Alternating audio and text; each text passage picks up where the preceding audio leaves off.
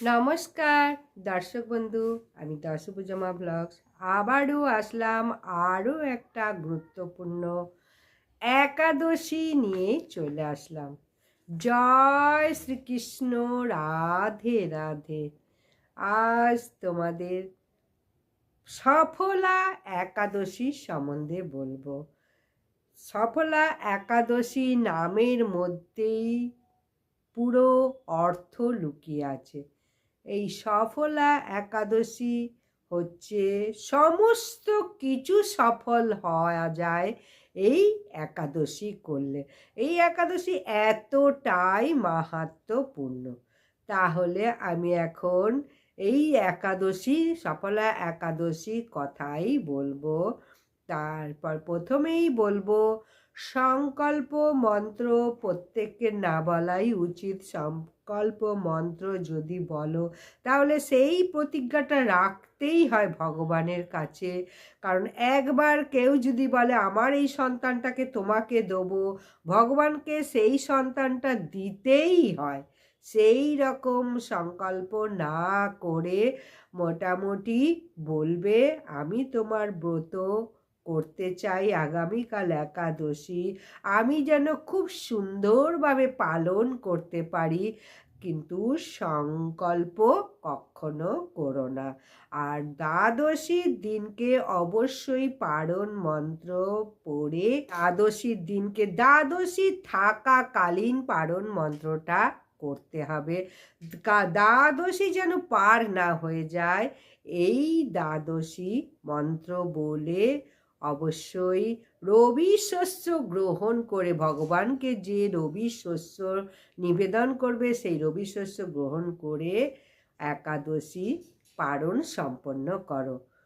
তাই পারণটা সঠিক সময়ে করবে। সঠিক সময় মানে দ্বাদশী যেন শেষ না হয়ে যায়।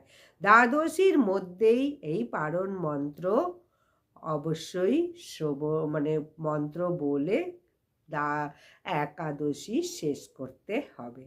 তাহলে আমি এখন এই সফলা একাদশী সম্বন্ধে বলবো। অজ্ঞানেন তিমিরান্ধ্রেস্য ব্রতে নানেব সুমুখ নাত প্রসিদ জ্ঞান দৃষ্টি প্রদ ভব। এটা হচ্ছে পারণ মন্ত্র। এই পারণ মন্ত্র বলে অবশ্যই ব্রত ভঙ্গ করো। তাহলে একাদশীর পরের দিনকে পারণ মন্ত্র বলে শেষ করো।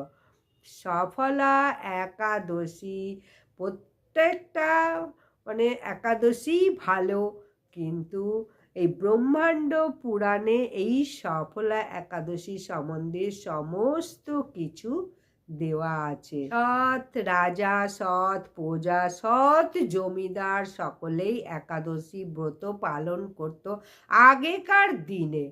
তাই আমরা এগুলো কিন্তু সমস্ত কিছু শাস্ত্রতে জেনেছি। অনেক রাজার কথা, অনেক জমিদারের কথা এই শাস্ত্রে আমরা জেনেছি। যুধিষ্ঠির মহারাজকে ভগবান শ্রীকৃষ্ণ প্রত্যেকটা একাদশীর মাহাত্ম্য কথা সুন্দর করে বর্ণনা করেছে। এখানেও ঠিক সেইভাবে ভগবান শ্রীকৃষ্ণ খুব সুন্দর করে একাদশী ব্রত কথা সম্বন্ধে বলেছে। নাগদের মধ্যে যেমন শ্রেষ্ঠ, পক্ষীদের মধ্যে যেমন গরুড় শ্রেষ্ঠ, তারপরে আর মানুষের মধ্যে শ্রেষ্ঠ হচ্ছে ব্রাহ্মণ। এইভাবে দেব দেবীদের মধ্যে শ্রেষ্ঠ হচ্ছে ভগবান শ্রীকৃষ্ণ নারায়ণ সর্বশ্রেষ্ঠ। ঠিক সেই রীতি অনুযায়ী সমস্ত ব্রতের মধ্যে ভগবানের সব থেকে শ্রেষ্ঠ প্রিয় ব্রত হলো একাদশী ব্রত। শ্রীকৃষ্ণ গোবিন্দ নারায়ণ নিজে ব্রহ্মাণ্ড পুরাণে এই কথাই বলেছে। মহিষ্মত নামে এক রাজা ছিলেন। এই রাজা ভীষণ ধার্মিক ছিলেন। চম্পাবতী নগরে তিনি বাস করতেন। রাজার 4 পুত্র ছিল, তার মধ্যে জ্যেষ্ঠ পুত্র ভীষণ খারাপ প্রকৃতির ছিল, যেটাকে বলা হয় সব দিক দিয়ে খারাপ। মানে চুরি করা, নেশা করা, তারপরে মাতাদের কথা না শোনা, গুরুজনদের কথা না শোনা, দেবদেবীর পূজা অর্চনা না করা, যত রকমের খারাপ কর্ম হয় এই জ্যেষ্ঠ পুত্র এই রকম স্বভাবের ছিল।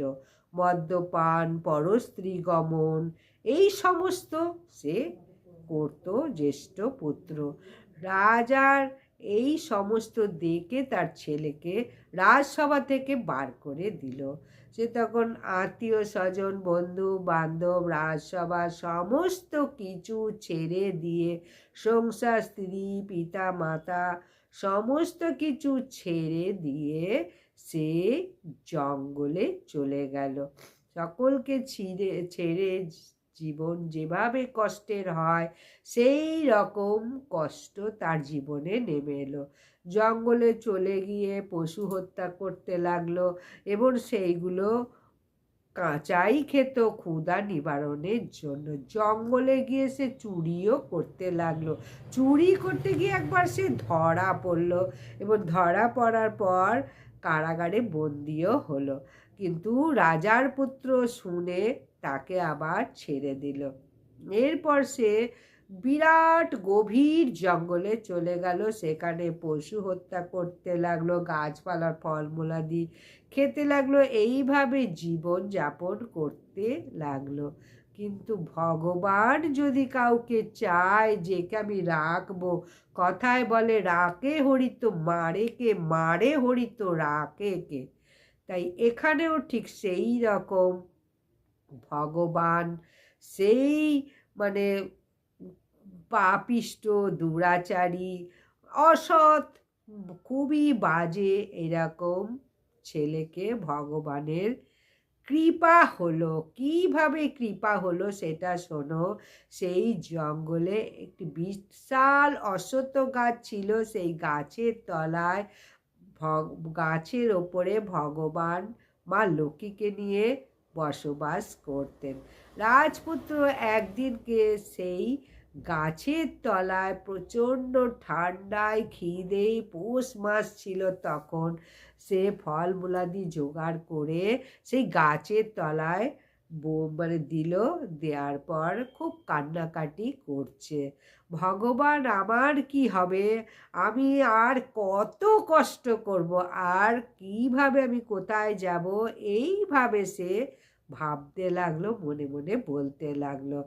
সে সেই ফলমূলাদি রাত্রিরে খেয়ে রাত্রিটা জেগে রইল। এত ঠান্ডা, এত ঠান্ডা, এত ঠান্ডা, তার জন্যে তার ঘুমটাই এলো না। তাই রাত্রিটা তার জাগরণ হয়ে গেল।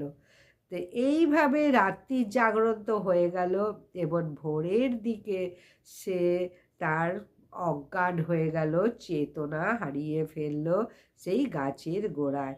আবার বেলা হলে তারপরে সে কান্নাকাটি শুরু করে দিল।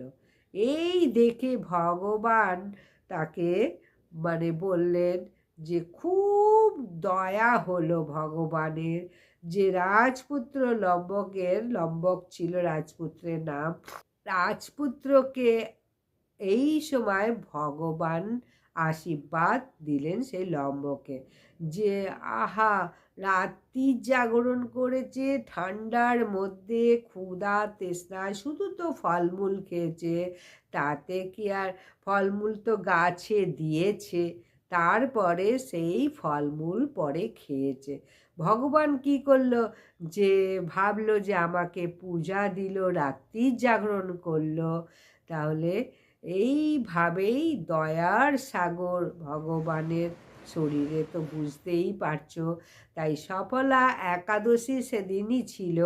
সফলা একাদশীর দিনকে ভগবান ভাবলেন একাদশীতে আমাকে ব্রত উপবাস করে দিনটা যাপন করলো ভগবান, এটাই ভাবলো। যাই হোক, এইভাবে ভগবান পুজো বলে মনে নিল। যেটুকু ফল দিল, যেভাবে ফল খেয়ে জীবনটা কাটালো। তারপরে আকাশ থেকে দৈববাণী হলো, ভগবান কি দৈববাণী বললেন, তুমি রাজ্যে ফিরে যাও, সেখানে সকলকে তুমি ফিরে পাবে, তুমি রাজ্যে গিয়ে সুখ ভোগও করতে পারবে। সেই রাজপুত্র তখন এই স্বপ্ন দেখে আনন্দের দিব্য জ্ঞান ধারণ করল। রাজপুত্র কিভাবে দিব্য জ্ঞান পেয়ে গেল, ভগবানের কৃপায় চৈতন্যও ফিরে এলো যে আমি এগুলো সমস্ত যা যা খারাপ কাজ করেছি এগুলো তো আমার জীবনের সমস্ত ভুল হয়ে গেছে, আজ আমি এই ভুলের ক্ষমা প্রার্থনা চাইছি, আমি আর এ ভুল কাজ জীবনেও করব না। তার সকল অন্তঃসত্ত্বা সমস্ত কিছু চৈতন্য হচ্ছে যে আমি কি কি খারাপ কাজ করেছি। এরপর তার সুবুদ্ধি হলো, তারপরে সে রাজসভায় ফিরে গেল এবং অনেক দিন সেখানে রাজত্ব করলো। রাজত্ব করার পর সে লম্বক স্ত্রী পুত্র সহ সকলকে সঙ্গে থেকে রাজ্যের সমস্ত ভার পুত্রকে দিয়ে অবশেষে তিনি সন্ন্যাস ধর্ম গ্রহণ করলেন। সমস্ত ছেড়ে দিয়ে সন্ন্যাস ধর্ম তিনি গ্রহণ করলেন এবং সবার শেষে তিনি গৃহত্যাগও করলেন। এইভাবে থাকার পরে তার জীবনে কিছুদিন পর আবার মৃত্যুও হলো। এই সন্ন্যাস গ্রহণের পর তিনি মৃত্যুবরণ করলেন এবং এই একটা একাদশী করার ফলে সে ভগবানের কাছে ফিরে গেল। ভগবান শ্রীকৃষ্ণ যুধিষ্ঠির মহারাজকে বলছে, হে রাজন, এইভাবে সফলা একাদশী যিনি পালন করেন তিনি তার সমস্ত জিনিস থেকে ধন্য হন এবং পাপ থেকে মুক্ত হন, জাগতিক সুখ থেকে মুক্তি লাভ করেন। তাই এই পৃথিবীতে যত সুখ ভোগ শান্তি সমস্ত কিছু ভোগ করতে পারবে এই সফলা একাদশী করলে।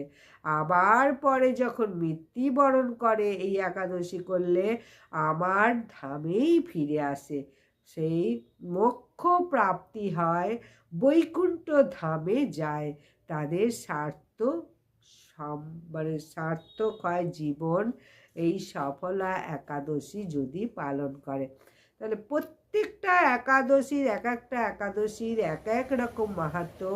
তাহলে সফলা একাদশীর এই মাহাত্ম্য, সফলা একাদশী করলে জন্ম সার্থক হবে। যে পাঠ করবে এবং শ্রবণ করবে উভয়েরই বৈকুণ্ঠ ধামে পৌঁছাবে, রাজস্ব যজ্ঞের ফল লাভ করতে পারবে। একটা রাজস্ব যজ্ঞ করতে গেলে কত কি খরচ হয়, তাই রাজস্ব যজ্ঞর ফল সে পাবে এই সফলা একাদশী করলে। এবং এই সফলা একাদশী যখন করবে তখন যা মনের ইচ্ছা নিয়ে করবে, ভক্তির সঙ্গে শ্রদ্ধার সঙ্গে নিষ্ঠার সঙ্গে সমস্ত কিছু সে পাবে। তবে হ্যাঁ, পাওয়ার জন্যে করলে হবে না, গোবিন্দকে পেতে গেলে নিঃস্বার্থভাবে সমস্ত কিছু করতে হবে। এটাই আমার কথা, এটা মঙ্গলা মায়েরও কথা। কৃষ্ণকালী মা ধরাধামে এসেছে মঙ্গলা মার কাছে, কলিযুগের কন্যা মঙ্গলা মার কাছে, যে গোবিন্দকে পেতে গেলে আমাকে দাও তবেই তোমায় করব, আমাকে না দিলে আমি তোমাকে করব না। তোমাকে এত পুজো করতে, এত পাঠ করছি, এত ফলমূল দিচ্ছি, এত ডাকছি, তোমাকে আমি এখনো পর্যন্ত পেলাম না। কিন্তু না, এরকমভাবে গোবিন্দকে ডাকলে কখনোই পাবে না। গোবিন্দকে তুমি নিঃস্বার্থভাবে ডাকো, দেখো গোবিন্দ তোমার ডাকে সাড়া দেবেই দেবে।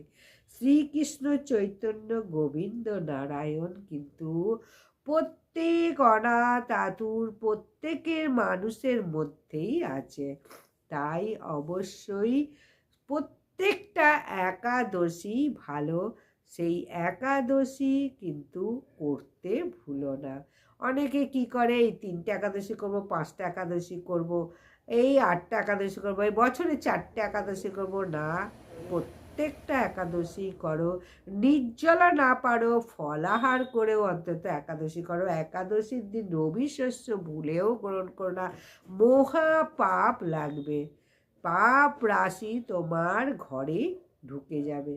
তাই নিরামিষ ভোজন করো। এবং যদি অসুস্থ হও, রুটিও খেতে পারো, ময়দার জিনিসও খেতে পারো, ডালিয়াও খেতে পারো। এটা ভগবান বলেছে অসুস্থ হলে নিতে পারো, অসুস্থ না হলে কিন্তু সে নিয়মটা হবে না। তাই অবশ্যই বেশি সময় আমাদের জীবনে নেই। আমাদের ছোটবেলায় তো অনেকেই এই একাদশী করে না, আবার বৃদ্ধ বয়সে অনেকে বলবে একাদশী করতে পারবে না। তাই মাঝখানের কয়েকটা বছর, এই কটা বছর অন্তত সাধন ভজনতে রত থাকো প্রত্যেকে। তাহলে খুব ভালোভাবে সফলা একাদশী কাটাও। আবারও বলবো, নামের মধ্যেই সমস্ত কিছু লুকিয়ে আছে। তাহলে বুঝতেই পারছো সফলা একাদশী কত মাহাত্ম্যপূর্ণ, বলে শেষ করা যাবে না। আর যারা অবশ্যই উপবাসও করতে পারবে না, মানতেও পারবে না, তারা অন্তত এই একাদশী ব্রত কথা শ্রবণ করো, করে অবশ্যই তুলসী তলায় প্রদীপ জ্বালিয়ে ব্রত মাহাত্ম্য কথাটা অবশ্যই শোনো, যেটুকু মাহাত্ম্য কথা বললাম। তাহলে একাদশী কবে পড়ছে? একাদশী অনেক রকম সময় পড়ে স্মার্ত মাসে, তারপরে এই কয়েকটা একাদশী মানে অনেকের সঙ্গে অনেকের মেলে না। বছরে 3টে 2টো এরকম একাদশী সকলের সঙ্গে সকলের মেলে না। মানে অনেকে স্মার্ত বসে, অনেকে গোস্বামী মতে, অনেকে নির্বাক মতে, এইরকম মতে মানে পালে। যাই হোক, মানে গোস্বামী মতে যে দিনে মানে একাদশী হচ্ছে সেটাই আমি এখন বলবো। আর গোস্বামী মতে একাদশী হচ্ছে জন অমুক দিনে করছে, তমুকজন তমুক দিনে করছে, এসব মনে করে লাভ নেই। যে যার গুরু সেই অনুযায়ী সে যেদিন বলবে সেদিন করো। তাহলে বাংলার 29শে অঘ্রান, ইংরাজি 16ই ডিসেম্বর। এবারে 16ই ডিসেম্বর মঙ্গলবার সফলা একাদশী পালন হচ্ছে বুধবার 9:46 মধ্যে। অর্থাৎ দ্বাদশী থাকতেই পারণ মন্ত্র বলে শ্রী বিষ্ণুর ভোগ নিবেদন করে, অবশ্যই রবি শস্য ভোগ নিবেদন করবে। পরমান্ন দিতে পারলে খুব ভালো। তাহলে 9:46 মধ্যে পারণ করো। তাহলে পারণ মানে হচ্ছে দ্বাদশী থাকতে থাকতে এই মন্ত্র বলে পারণ করো। পারণ হচ্ছে একাদশী যেমন রবি শস্য নেয় না নিয়ে করতে হয়, পারণ রবি শস্য নিয়ে করে। অনেকে কি করে, একাদশী করতে হয় করে, কিন্তু পারণ কেউ নিয়ম মেনে করে না। কিন্তু পারণ যদি নিয়ম মেনে না করে তাহলে কখনো মানে পূর্ণ ফল পাবে না। পারণেরও একটা মন্ত্র আছে, পারণ না করলে একাদশী সম্পূর্ণ বৃথা, কোনো ফল পাওয়া যাবে না। তাই পারণটা কিন্তু অনেকেই করে। একাদশীর দিন অন্ন খাওয়া মহাপাপ, আর দ্বাদশীর দিন অন্ন খাওয়া পাপ নয়। তাই সকালে স্নান করে চান করে টাইমের মধ্যে প্রথমে তুলসী গঙ্গার জল মুখে দিয়ে তারপরে প্রসাদ মানে পুরী মহাপ্রসাদ হলে তো খুবই ভালো, মহাপ্রসাদও মুখে দিতে পারো। এবার এই সময় তুমি বাইরে গেছো, তাহলে তুমি ওই সঙ্গে নিয়ে যাও ওই পুরীর মহাপ্রসাদ বা মুড়ি বা বিস্কুট, যা হোক। লক্ষ্মী মুখে দিয়ে একাদশী ভঙ্গ করতে হবে টাইমের মধ্যে পুজো অর্চনা করে। এটাই হচ্ছে পারণ। তাহলে পারণ সঠিকভাবে জানিয়ে দিলাম কাকে পারণ বলে।